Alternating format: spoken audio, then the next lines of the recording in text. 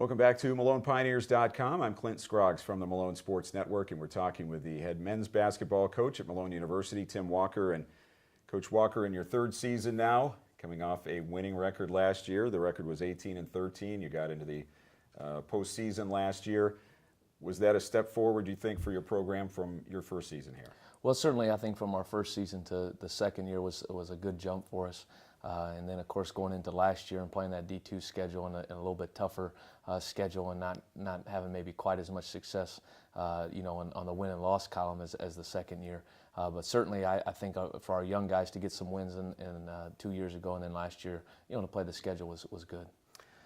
You have a team that you've developed from the start. You brought in freshmen the first year that have basically started or gotten a lot of minutes from the beginning, and that has to be a good feeling as you go in with third-year starters who are juniors and sophomores who got a lot of minutes last year. Talk about the makeup of your team.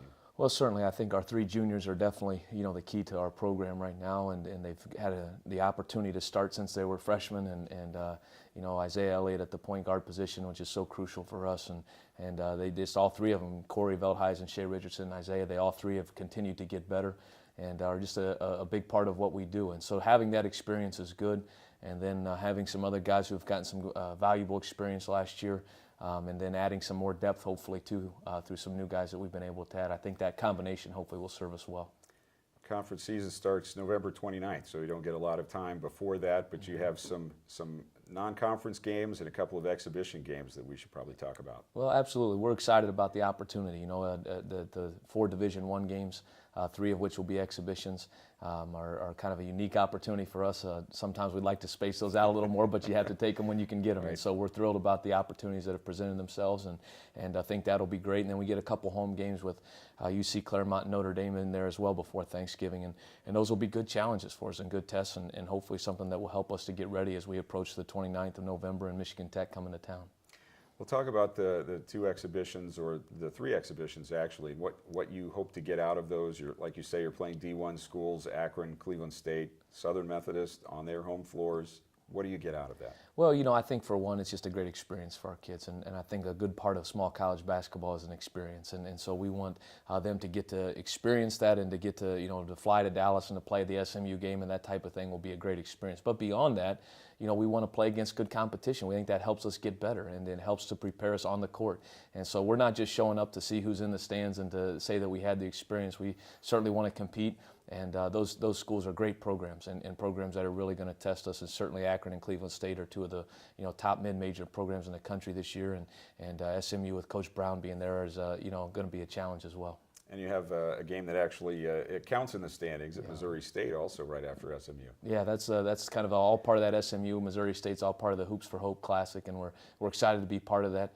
But that game will actually count on the schedule, and so. But again, it's just another challenge and another great team out of the Missouri Valley Conference, and a team that's been in the NCAA tournament here within the last few years, and so we're excited about it. I think it's going to be again a neat opportunity for our guys, and hopefully those things all lead to us preparing for the GLIAC conference, and that's really where we want to spend our focus. Well, that's what we get to now with the GLIAC, and as you said, you got some experience playing against a lot of those teams, a lot of Division II schools last year, in and out of the conference.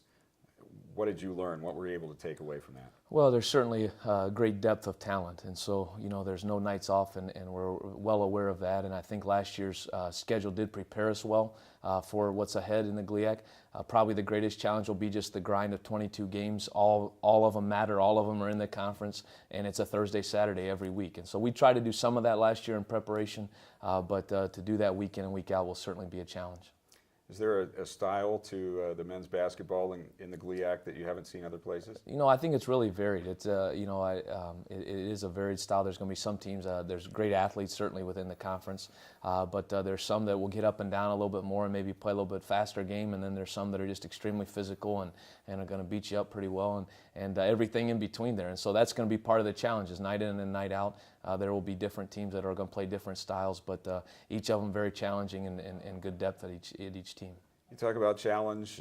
What are you looking forward to this year as you get in now with both feet as far as the GLIAC is concerned, and new players in and experienced players back? What are you looking forward to?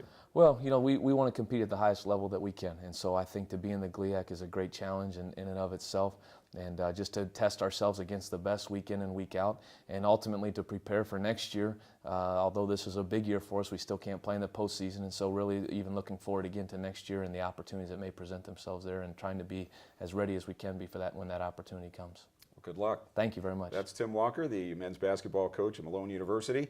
Thanks for joining us on MalonePioneers.com.